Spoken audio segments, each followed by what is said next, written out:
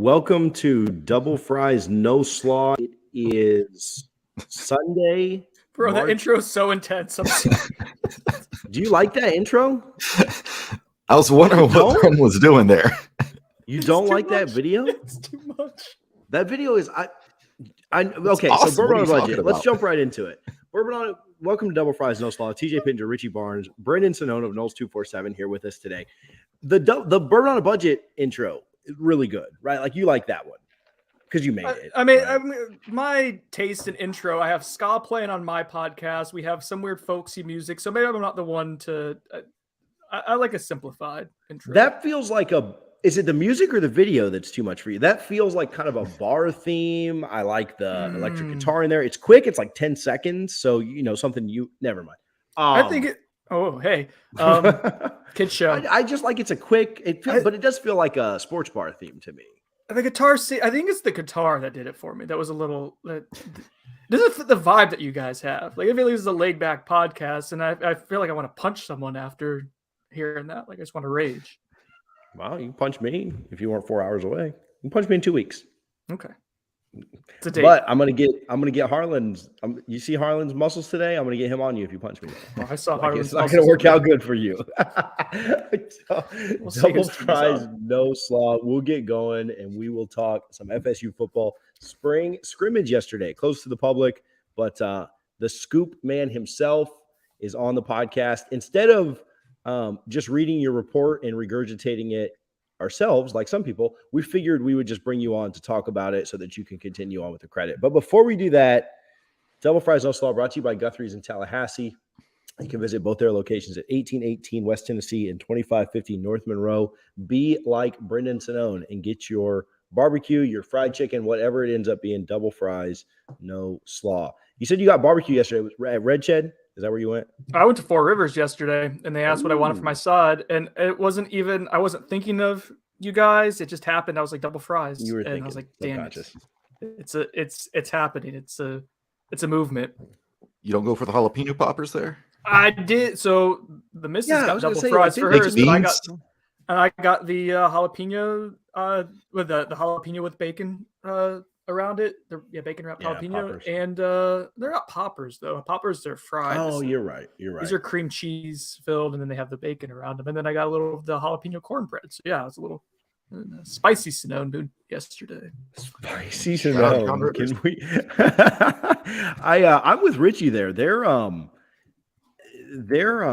I hate to agree with Richie, but their baked beans are so good. Like that, I've got to get their baked beans every time I go. There's got to be so much sugar in those baked beans, right? Like, oh my goodness, sweet. Like an entire pound of sugar. If you run out of sweet tea, you can just drink the baked beans. The key is you got to throw the hot barbecue sauce on top of the baked beans and mix it in. Oh, neutralize it a little bit. Oh, yeah. Okay. Next time. Like that. All right. So Spring Scrimmage yesterday. Before we get into that, I usually ask how everybody's weekend was and stuff, but nobody cares. You guys are going to tell me had a good weekend. It's fine. We're just trying to get on with our weekends. Florida State got a commit over the weekend, actually yesterday, from a 2024 quarterback. Brendan needs help with his last name. I need help with it. You go ahead and pronounce it. Richie, do you want to ask about this? Do you want to ask about Luke Croman? I think that's right. Croman. That's what we went with. Berg and I did on the bench today, and I think that's what Josh ended up landing with. So tell us about 2024 Georgia QB Luke Croman committing to FSU yesterday. So he was actually on campus last summer. So remember, FSU had that huge start to the summer with like the mega camp and one of their elite camps and whatnot. And he was towards the end of it when things had kind of trailed off a little bit. I remember I went out to help out Chris Nee when he was out at one of the smaller camps, and he stood out. Like, he's this 6'3", 6'4" quarterback, and gets rid of the ball nicely, has a nice quick release, good footwork. And then we found out that he was only 2024. Like, oh, that's intriguing. So he's someone who like looked promising, has some upside. And I will say this, and when you start doing research on him, he hasn't played like a ton of football. He was a backup quarterback this past year at Benedictine Military School in Savannah. They've school sounds familiar to you guys, it's because it's the home of a pretty prominent quarterback in this past recruiting cycle, Holden Gurnier,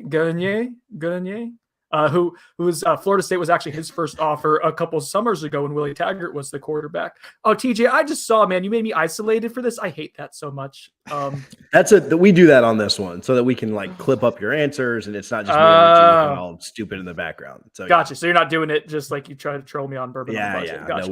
No, it's a real thing here. But so Holden Gurnier back to screen. So he was offered by Florida State back, I think it was in the summer of 2019 when Willie Taggart was there, and he hadn't had any starting experience at his high school at the time. And so he was kind of a project player. So it's kind of interesting that Luke, I'm going to just call him Luke for the sake of this segment here, and not try to butcher the last name, kind of following a similar footprint as a really toolsy, like big, prototypical size quarterback who doesn't have a ton of experience, and you're going to kind of see what he develops into. So I don't want to say project, but that's probably more so what we're looking at right now is a guy who has some unknowns to his game because he hasn't started, but has been behind an Auburn quarterback signing for the last 2 years. So makes sense. All right, so you're saying Kyle Trask. That's we'll take that as our first quarterback commit for 2024. Real quick, just want to touch on it since we did just get a commit from Georgia. Kenyatta Watson obviously leaving, going to Georgia Tech. How big of a deal is that? Because I feel like some of these off-field hires, people like to make a big deal about it, but in the grand scheme of things, I don't think it's, you're not losing or getting any recruits because of it. Yeah, I think that's a good way to look at Richie. Like, I'm a fan of continuity. I think ultimately that's probably a good thing. Kenyatta certainly had value. He was well thought of within the program and beyond just helping out with some recruiting connections. You saw like he helped you get in the front door for Tyree West. You couldn't finish that. And that's, some people want to blame Kenyatta for that. Like, I mean, he's not the recruiting coach either. And there's multiple reasons why you don't win that battle. But he at least helped you with the Rolodex and well connected in the state of Georgia.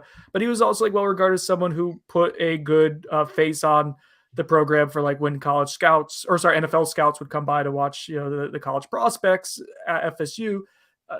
He was a good host, amenable, and so like he had value in that regard. So he's someone I think that you would have liked to keep, but he gets to move closer to home. It's a program that it's a little of a strange move because Georgia Tech probably doesn't have a ton of stability. Jeff Collins is firmly on the hot seat. Like if anyone has any thoughts about like the stability at Florida State with Mike Norvell, like it's far warmer in Atlanta right now with Georgia Tech and Jeff Collins' job security. So yeah, I don't know if that's going to be a job that is super stable for the next couple of years, but it is a promotion in title for Kenyatta. So I think that's why he ends up taking the job, and we'll see, I guess, what the next move is for him. But I don't think it rocks your recruiting foundation. It would have been nice to keep him, but I'm not losing any sleep over it, to be honest.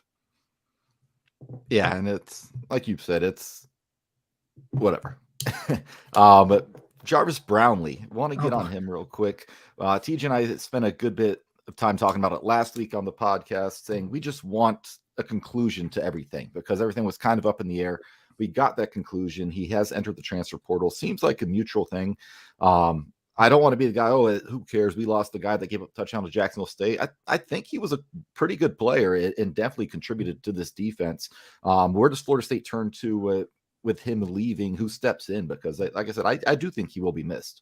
It is interesting because there's this polarizing nature to fan base of, okay, good riddance, he's gone. And listen, Jarvis didn't seem to handle things the best way on the way out. He seemed like he was very disgruntled. I know for a fact he was disgruntled. He was disgruntled with multiple things, and sometimes a relationship runs its course, right? It's time to move on, and he'll probably land at a spot and be a starter at the Power 5 level or high-end Group of 5 school, I'm sure. Like, he'll have options.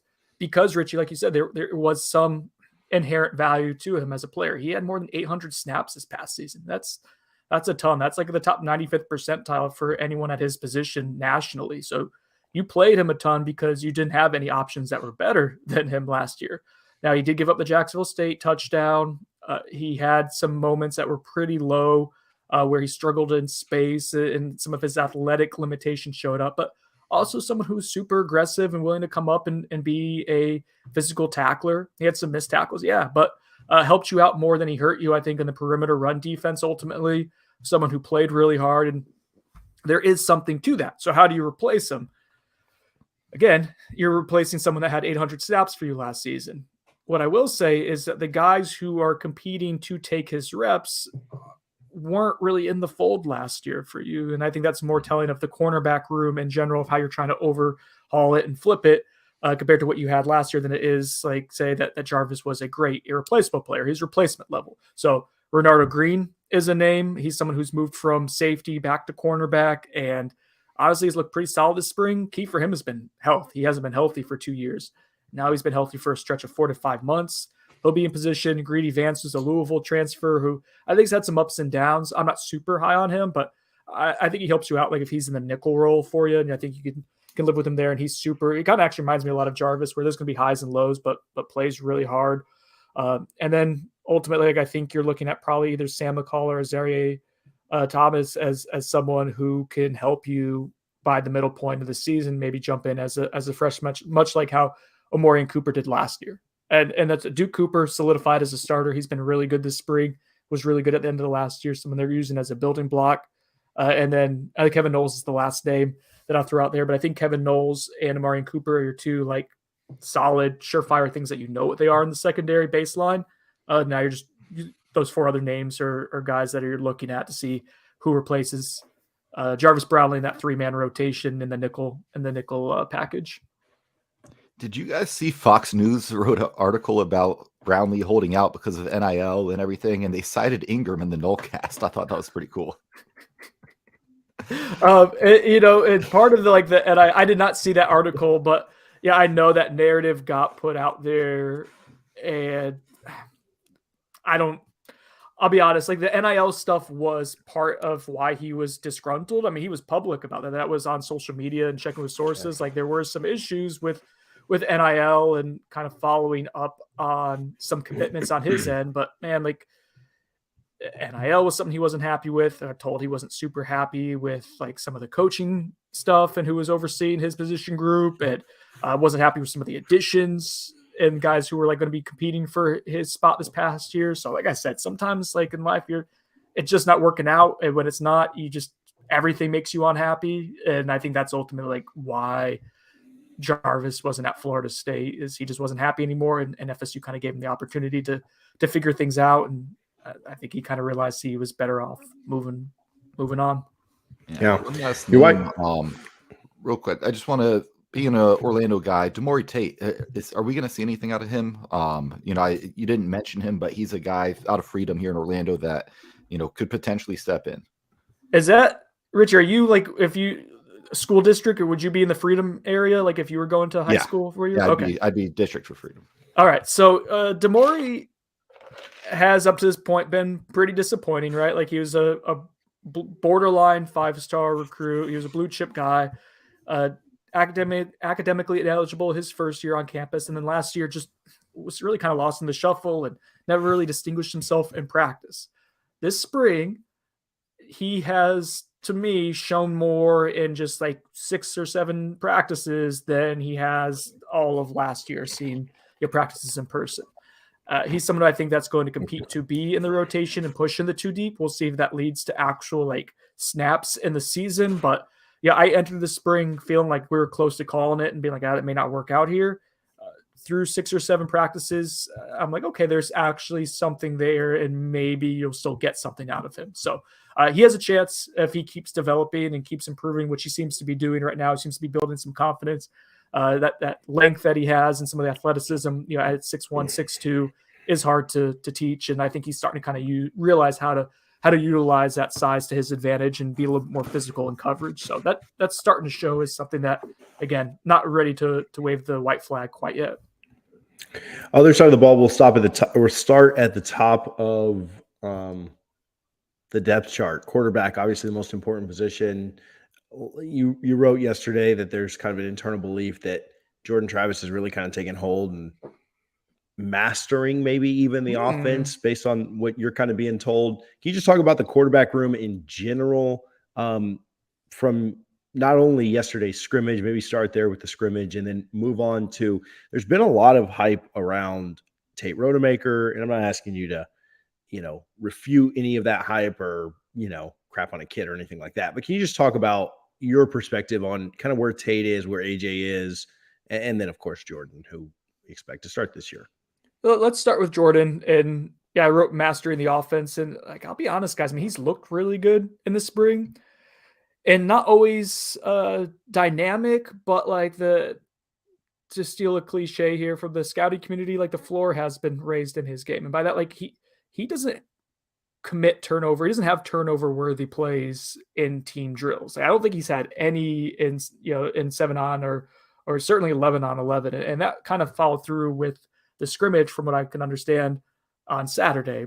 Is he was one really sharp early on when they did red zone work and situational stuff. He got them into the end zone a couple times. I had a nice throw to the back of the end zone to Cam McDonald, and then was able to keep the ball on an option to kind of show the athleticism and the dual threat ability, right? That he can throw the ball in and run it.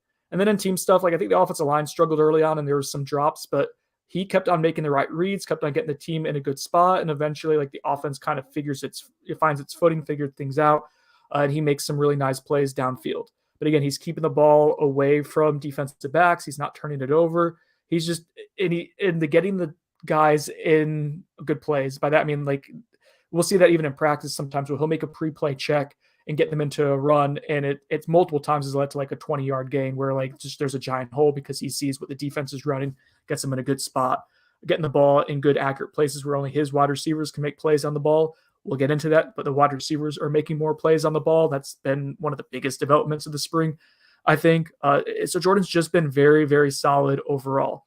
Some days he's the best passer, in one-on-ones and 7-on-7. Some days it's Tate Rodemaker, and as we'll get into Tate here. But Jordan has been by far the best manager of the offense from start to finish so far this spring, or I guess start to midway point where we're at so far this spring. Tate has been really good, guys. And I'm judging this, everything I say is in the context, and I'll say this on my podcast too.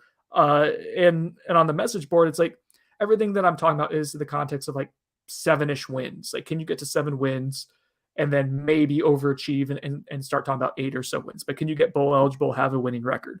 And talking about Tate in that regard, if he's your backup quarterback, which right now, that stands to reason, he is going to be the backup signal caller.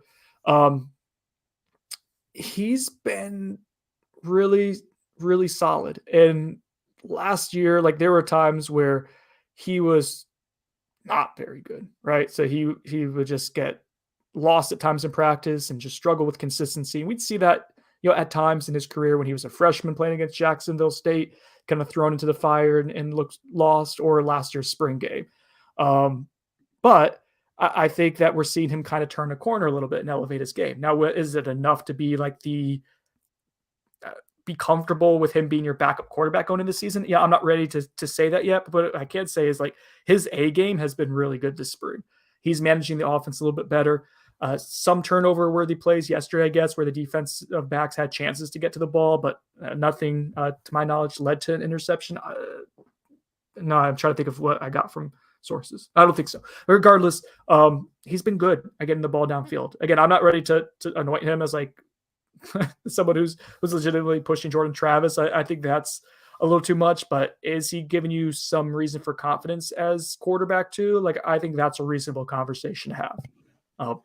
And then AJ Duffy's, listen, when his A game, his good ball is really impressive. I think some of the stuff is just still processing the game as a true freshman. And, he's someone who he should be in high school still. He should be a high school senior right now. So he apparently had some dimes yesterday in the scrimmage, and you see when things click for him and he's confident, he can get the ball downfield in a pretty precise manner. He actually has some nice mobility to him too. He's not Biggie Noel's tweet running in and out of defenses, weaving in and out, but he is indeed fairly athletic to kind of move around a little bit in the pocket. And so, yeah, I think you feel decent about these 3 quarterbacks. I'm still a proponent, guys, of maybe having a 4th one if you can find some that unicorn who kind of fits the mold in between a Tate and a Jordan Travis.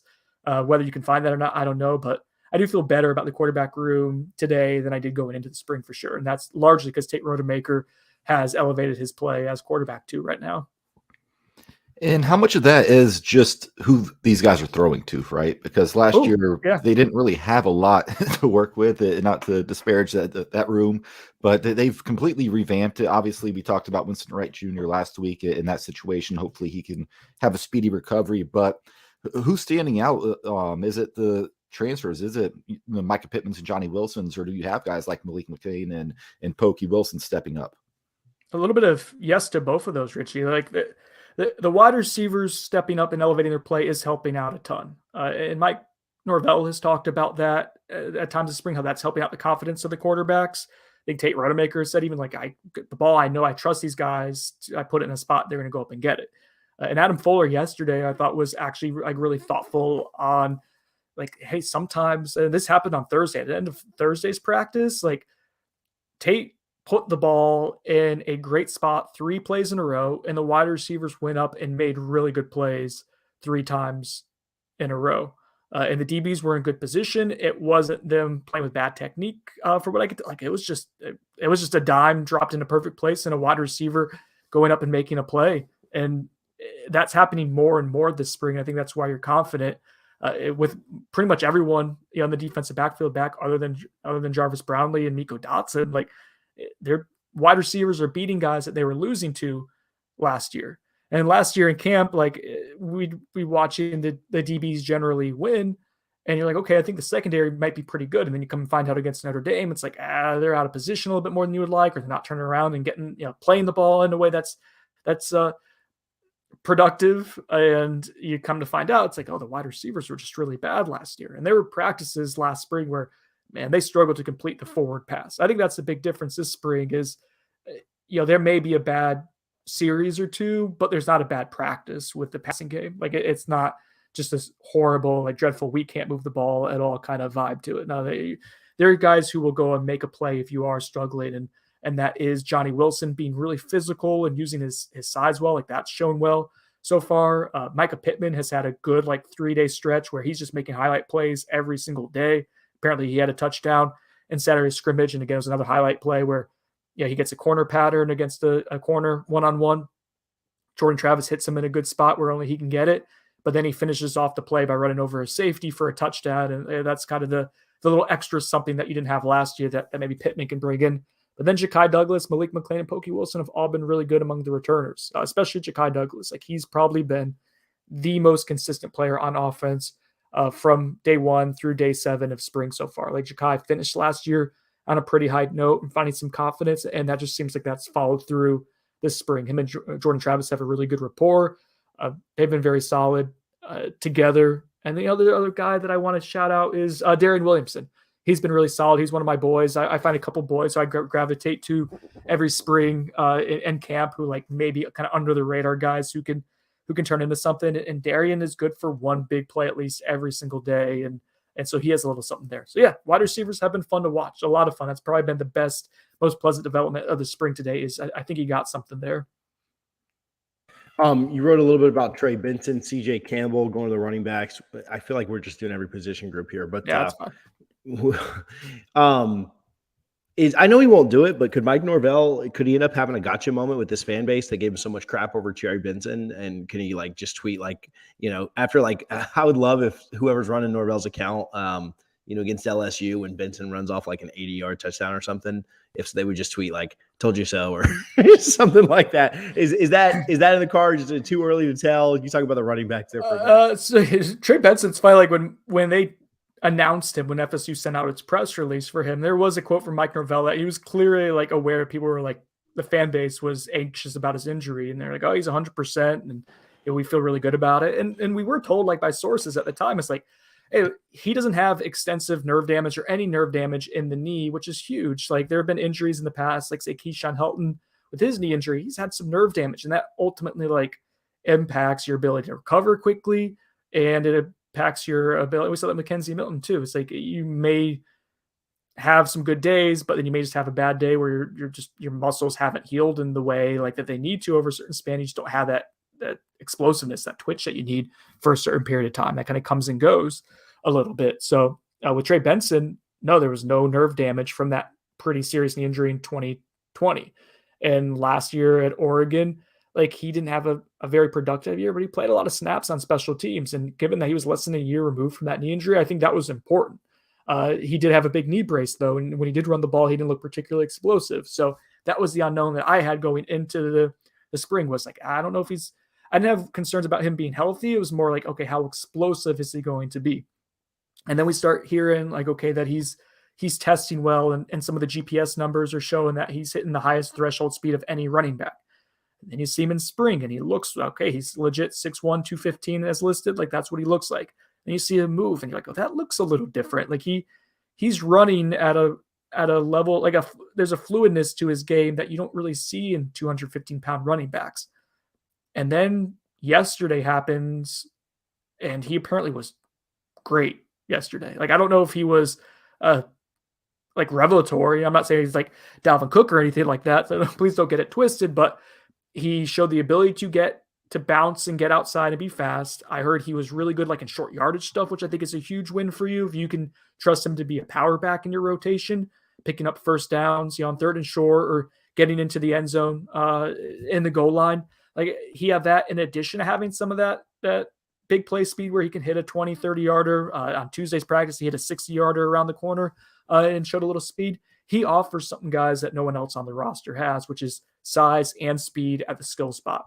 You have Trayshawn Ward that runs really hard and has some speed, but he's ultimately not going to be like a pile mover, short yardage guy for you just because there's some limitations with his size. Philly has a lot of speed and agility, but certainly not a power guy.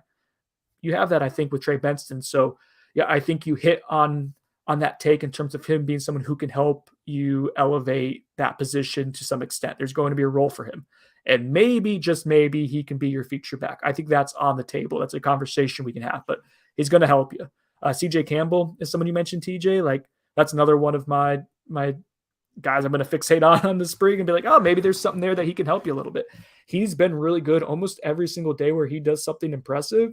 And then on Saturday, he had multiple touchdowns, including a 60-yard touchdown pass from Tate Rodemaker, where I guess I think it sounds like it was a lapse in the defense and there was a coverage blown, but good on Tate Rodemaker for finding his running back wide open. And CJ does what he does, which is just capitalize on opportunity, catches the ball, turns on the jets and houses it.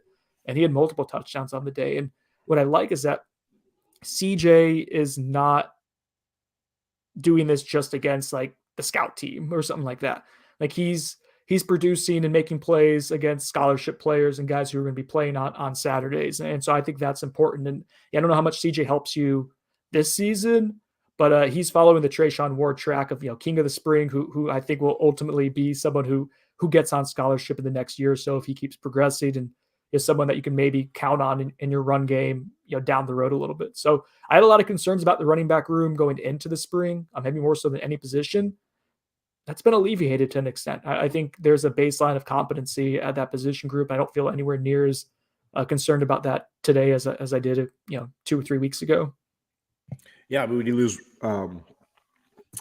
you lose Corbin, you'd like for Jordan to run a little less or run a little smarter. You just don't know who that number one's going to be. It can definitely hurt. Are you putting your money on like who's your number one right now? Like if you had a number one, I think it's tough. No, I think it'd be probably Trayshawn Ward. But like when Mike Norvell's offense is clicking the way he wants it to, and it's in like the realm of like what Memphis was a couple years ago, there's 3 running backs that he'll use pretty evenly.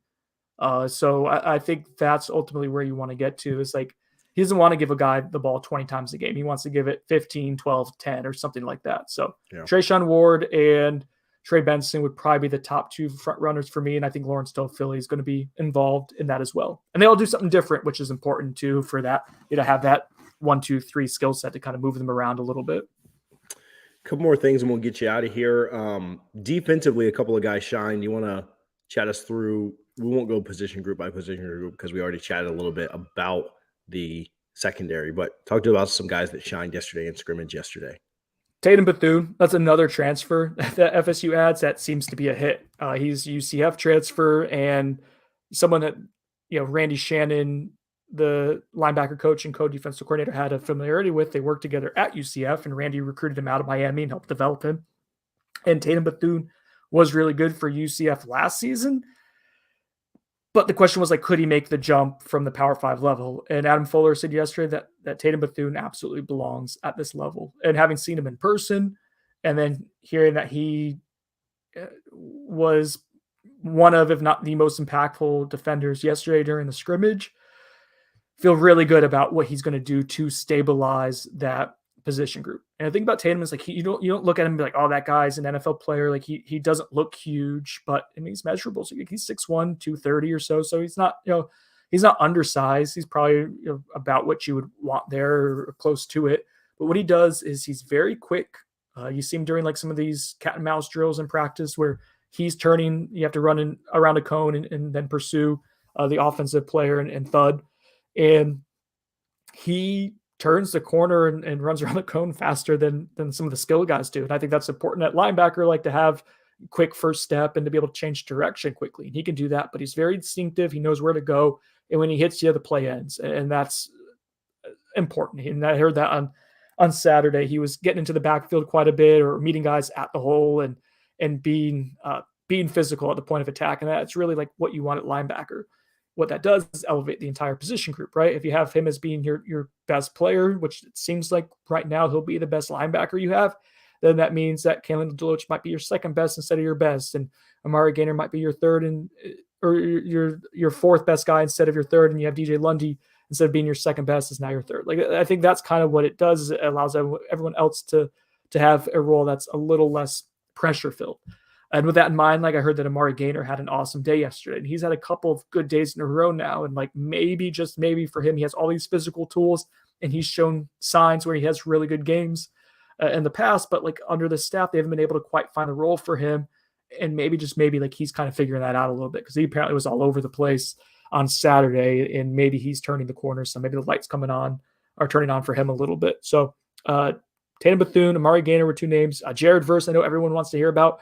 Apparently he was really good on Saturday and disruptive. And another guy who, he's a transfer. You're not sure how the transition is going to go as he goes from the FCS level at Albany to Florida State. But from what I've seen and then kind of hearing from the scrimmage yesterday, like he, again, is a guy who belongs at this level. I think he's someone who will eventually be playing on Sunday. Not to say he's going to be the Jermaine Johnson of coming to Florida State, transferring, going from like a second round pick to all of a sudden being a top 10, 15 pick with how he performed in the season, how he tested. But as someone who I think will help you out a good deal this year and in the next 2 years, probably be someone who will have NFL draft potential. Just a ton of speed. He fires off the ball, willing to be physical and supportive in the run game. So he's someone who's really good. I guess Akeem had a good day as well. I think he had an interception and totally had like maybe one or two missed assignments, but also made some plays as well. So yeah, it sounded like the defense was the better of the two units by and large yesterday. Fabian Lovett, Robert Cooper, you know what you have with those two inside, and they were really good early on, and defensive front got the better of the offensive front throughout the day. But by and large, there was a lot of competition as well, kind of some back and forth after that initial slow start from the offense. The defense, I think, did win the day from what I can understand. But, guys, that's kind of what scrimmages are. Someone's going to win, someone's going to lose, and almost always the defense is going to be better than the offense on the first one. That's usually how that goes. Yeah, you like hearing that about Verse. I mean, who doesn't like a defensive end that can is apparently just walking down Jordan Travis whenever he wants these days?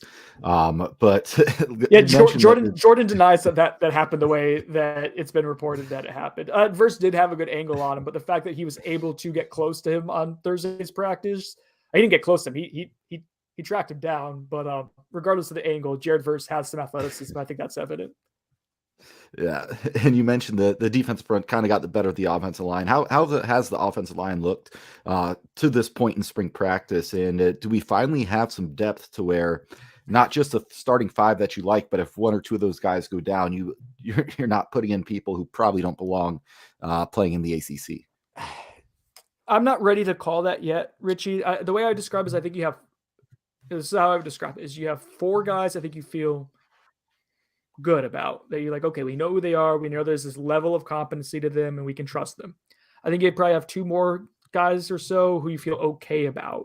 So it's not enough to be like, oh, we feel good about our entire starting five, but you at least I think have six in your rotation. And to me, that would be Robert Scott, I think, has been really good this spring. He's taken another step forward, which is encouraging. Dylan Gibbons, you know what he's going to be at this point. He's very solid. Maurice Smith and Caden Lyles are going to battle for the starting center position. I think it's ultimately going to be Caden Lyles. Part of it's going to be how Maurice Smith develops physically during this offseason, and whether he's someone who can maintain almost 300 pounds and keep that on. But he'll have a chance to. Darius Washington's playing a little bit more inside. They've talked about wanting to move him around some. I think you feel good about what you're going to have with Darius long term.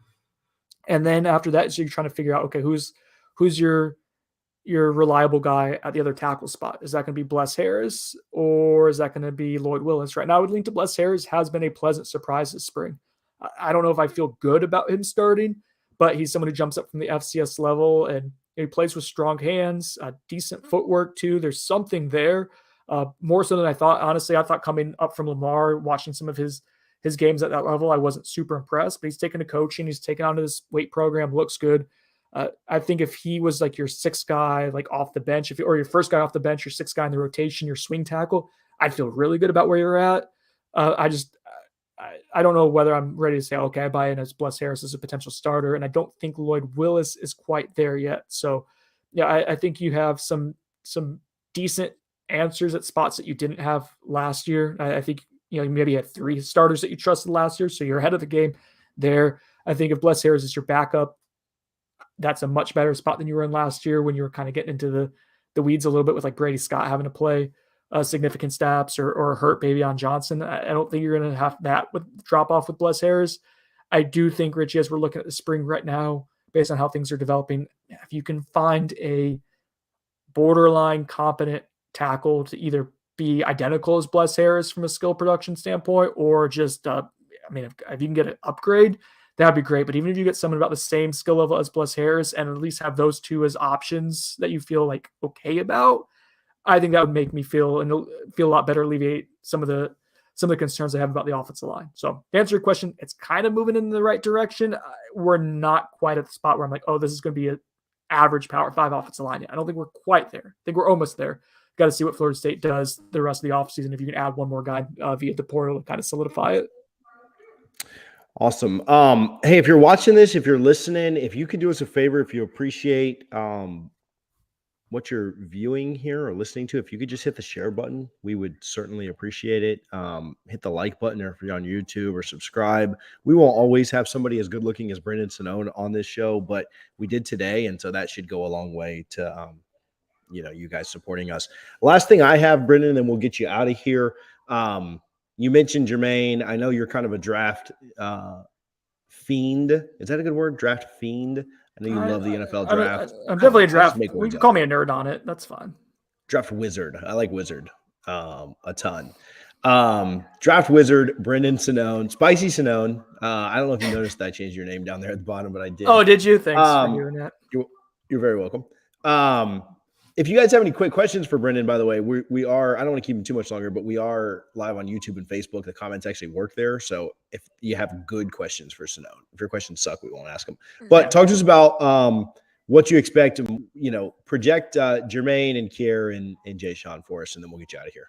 Yeah, so Jermaine Johnson has solidified himself as definitely a first-round pick at this point. I don't think that's in doubt anymore because he had such a great the Senior Bowl he was really, really good at. So good. He had such a strong week at practice that he didn't even play in the game. He was like, I think we're good here. Like, there's no point to play in the game. My stock's pretty much been solidified. Then he took that and he combined it with a really good showing at the NFL Scouting Combine. Tested like in the 90th percentile athletically. Like his athletic grade was really, really high. So you have a very good senior year production. Then you have the Senior Bowl where you're going up against NFL quality offensive linemen drill after drill, and he more or less dominated that.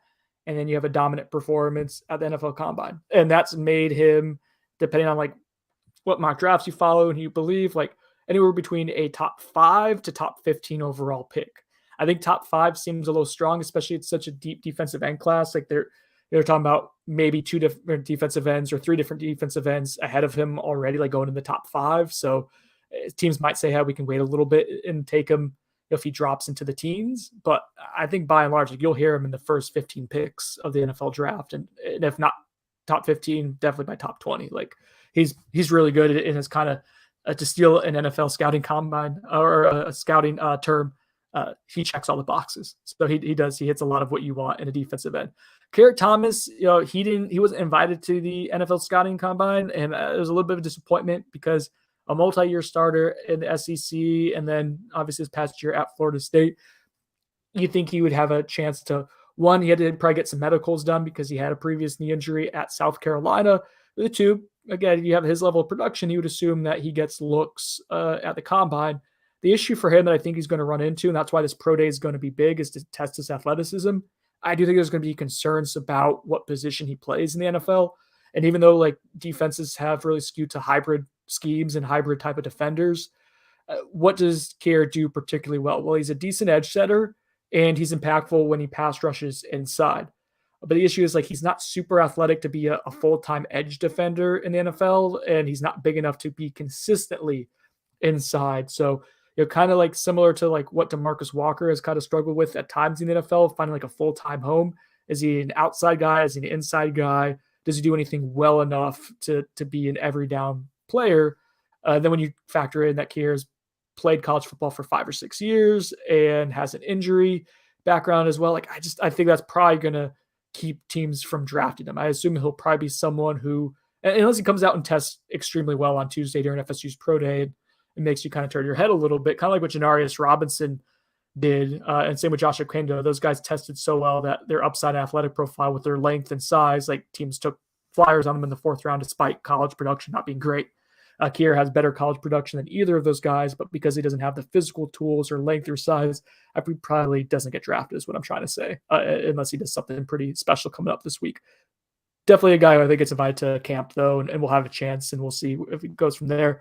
Jayshawn Corbin didn't run at the NFL Scouting Combine, so it's going to be a big week for him. If he can kind of get in the 4, I had someone tell me that they thought he can hit low 4.5s, and if that's the case, if he can somehow get in the 4.4 range, I think that gives him a chance to get drafted. But it is a really deep running back class, and Jayshawn, it does everything well, but not elite at one tool, one skill set thing. So we'll see if he can, maybe get drafted late on day 3. But yeah, I'm not super optimistic that we see him get drafted unless he, performs really well on Tuesday and runs 4.40 or something like that. Then I'll have a chance. So yeah, that's the NFL draft for FSU guys. See, you guys didn't even know you were getting that today. I didn't know I was going to be doing it. Yeah, well, way to be ready at all times. Thanks. In season and out of season for the biblical reference there. Brendan, where can people find more of your work? Where can they check out what you're doing? Tell them about your 16 podcasts and your 8 websites and everything else, and then we'll kick you out of here. Yeah, you can find me at Twitter or on Twitter. Is it at Twitter or on Twitter? On Twitter? Yeah, on I think. Twitter. Yeah, on yeah. Twitter at. On Twitter at Sonnone, Sonnone, Noles 24/7. You can check out where I write and where I do podcasts and whatnot. I'm much better on paper than I am on podcasts, but we do have a popular podcast called On the Bench. You can check that out. We did a scrimmage scoop as well between Josh and myself, and what both of us were hearing after Saturday's scrimmage. So you can check that out as well if you want more scrimmage content after this one. And then maybe you've heard of it, Bourbon on a Budget. We're doing Buffalo Madness on Monday's show. Look, I got all these Buffalo Trace products here, TJ. Beautiful Buffalo Trace products, and it's the Final 4. We're going to see which one of these bad boys takes the crown. We lined this up pretty well. Yeah, we're doing a Final 4. We started with what? We started with 16? Started with 16 12. Different bourbons? 12. Yeah, we had some buys. Yeah. Started with 12 different bourbons, down to a Final 4.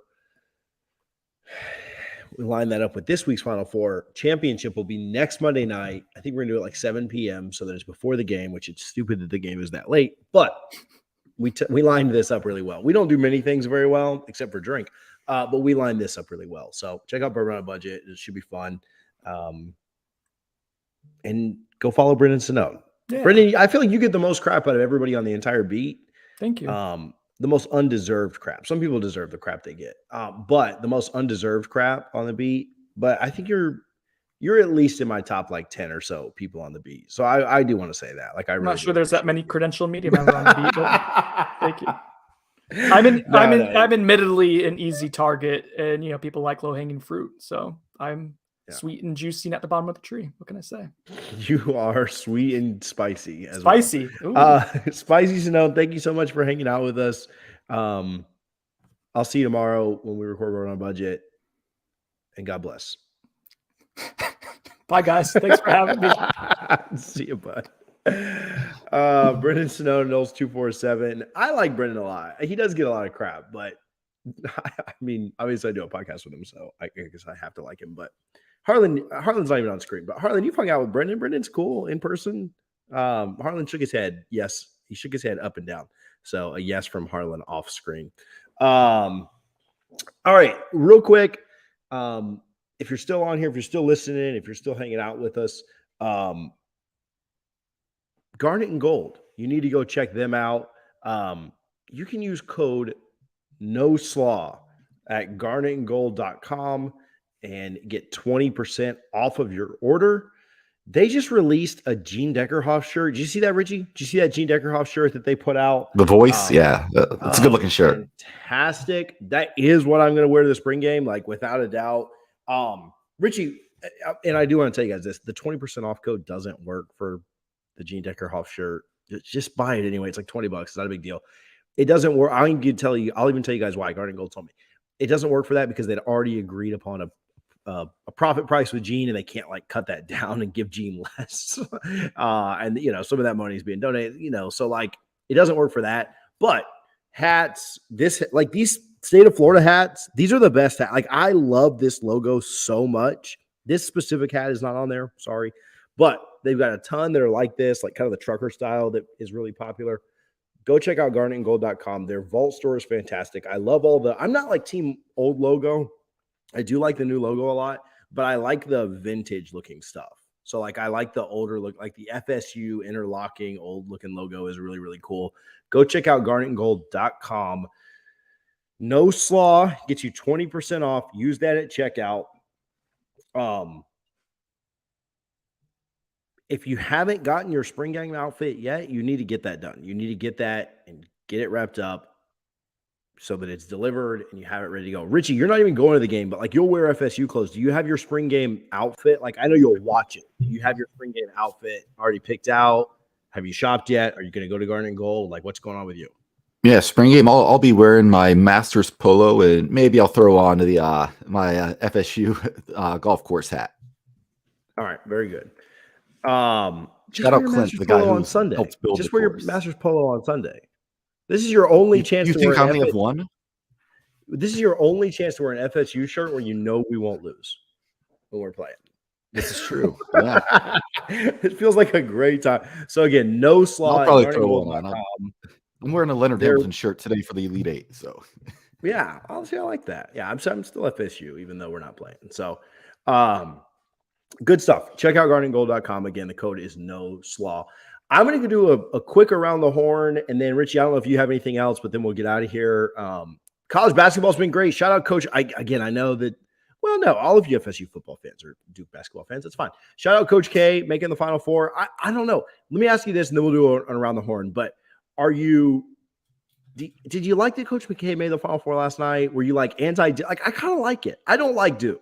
Like I've cheered against Duke way more than I've ever cheered for them, but it was a cool moment. I don't care about Arkansas. I'm not cheering for the SEC, and I'm not an ACC guy either. I screw them. But like I don't know. I thought it was a cool moment that Coach K made the Final Four. What do you think?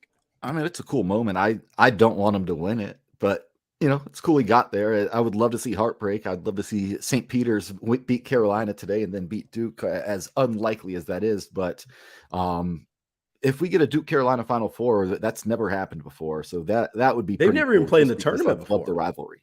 Really? Yeah, they've never even played in the tournament before, which is crazy. So yeah, I'm conflicted on that game.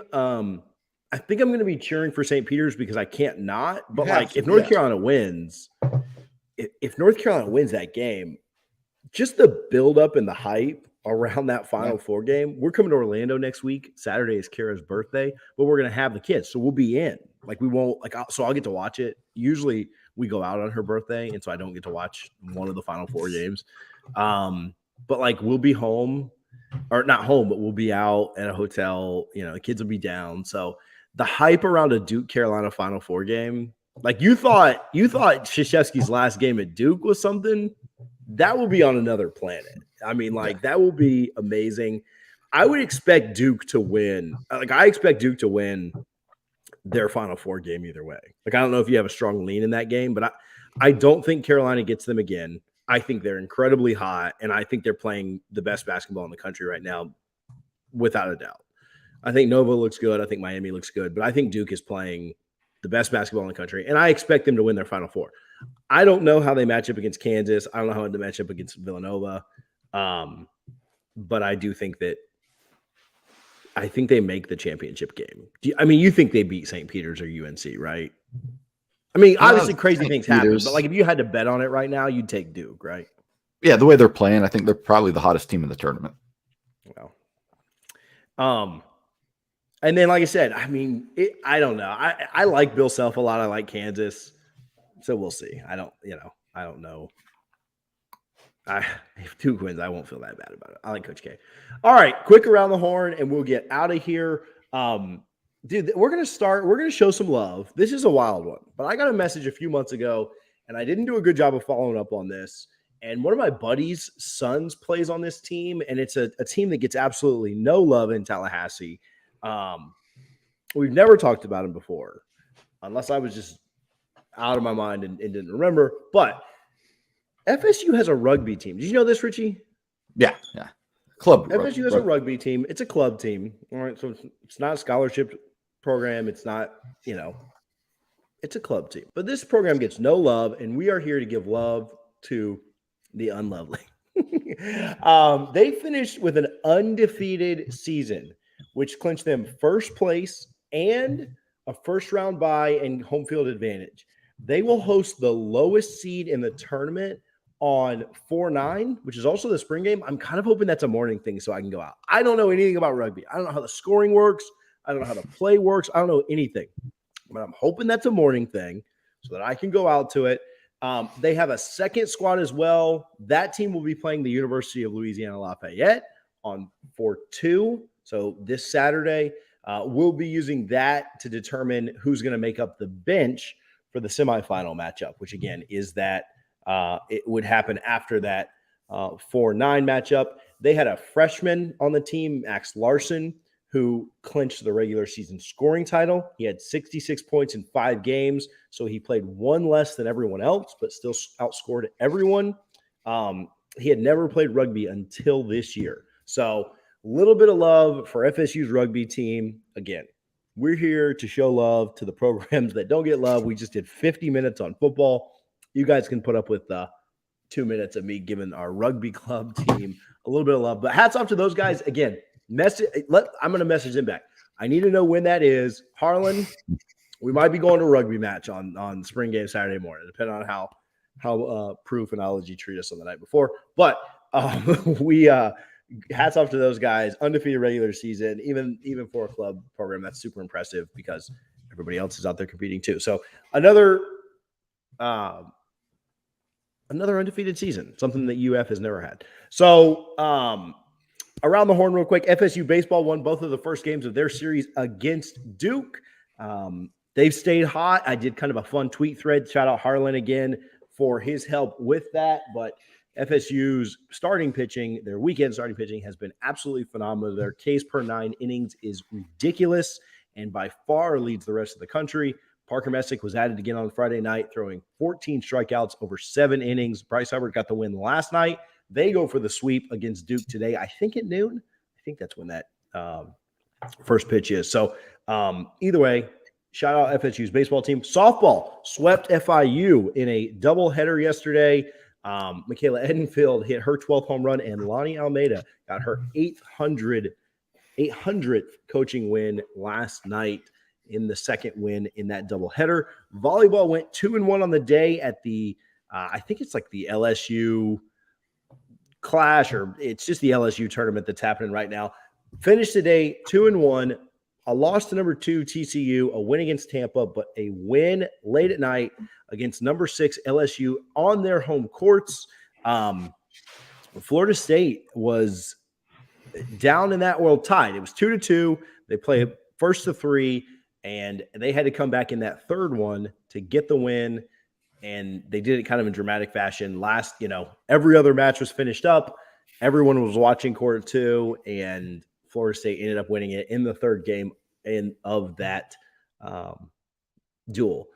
Women's tennis upset number 10 Duke on Friday night, a massive upset. Women's tennis has been kind of up and down. They've been plagued with injuries. They had to concede 2 of the courts, and so they literally started out the game. Well, one court was decided before they started. Another girl had to retire early. Not sure if due to injury or what the situation was there, but had to stop early. She struggled with injury somewhat this year. So they basically started out the match down 2-0, ended up winning 4-2 in a massive, massive upset of a top 10 program. The ACC is far and above the best conference in women's tennis. And so a huge, huge win where really everything was clicking to beat number 10 Duke. They play number 1 UNC today at noon.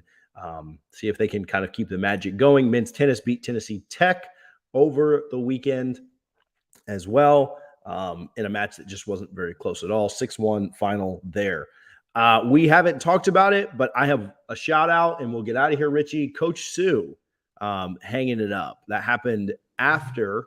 It happened while I was while I was recording Bourbon on a Budget the other day. We didn't do that live. We recorded it about 3 p.m., which is about when the announcement came out.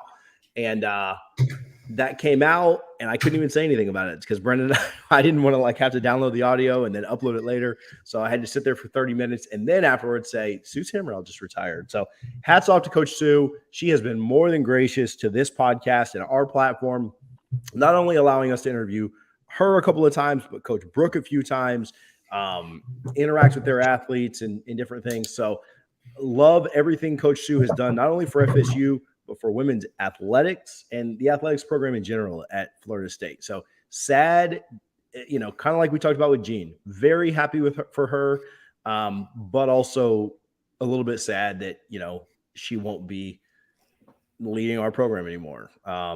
Because she was an absolute pleasure to be around, to interact with, and to develop even just a small relationship with. I love when big announcements like this are made and different things happen, and then you just see the outpouring of response that the rest of the FSU community and the women's basketball community in general had for Coach Sue.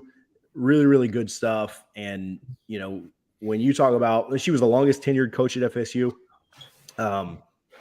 At this, current coaches.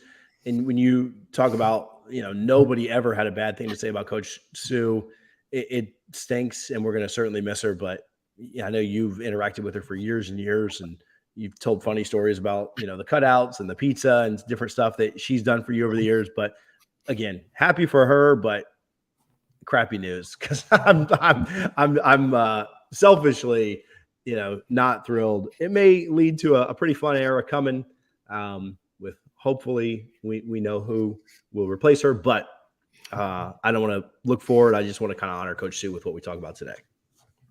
Yeah, it's an absolute legend. The first time he came on the podcast, he said, all the coaches respect each other, but when Sue walks into the room, she's the one that commands respect. Wish her the best, very unselfish, unlike Coach K. She doesn't want a retirement tour.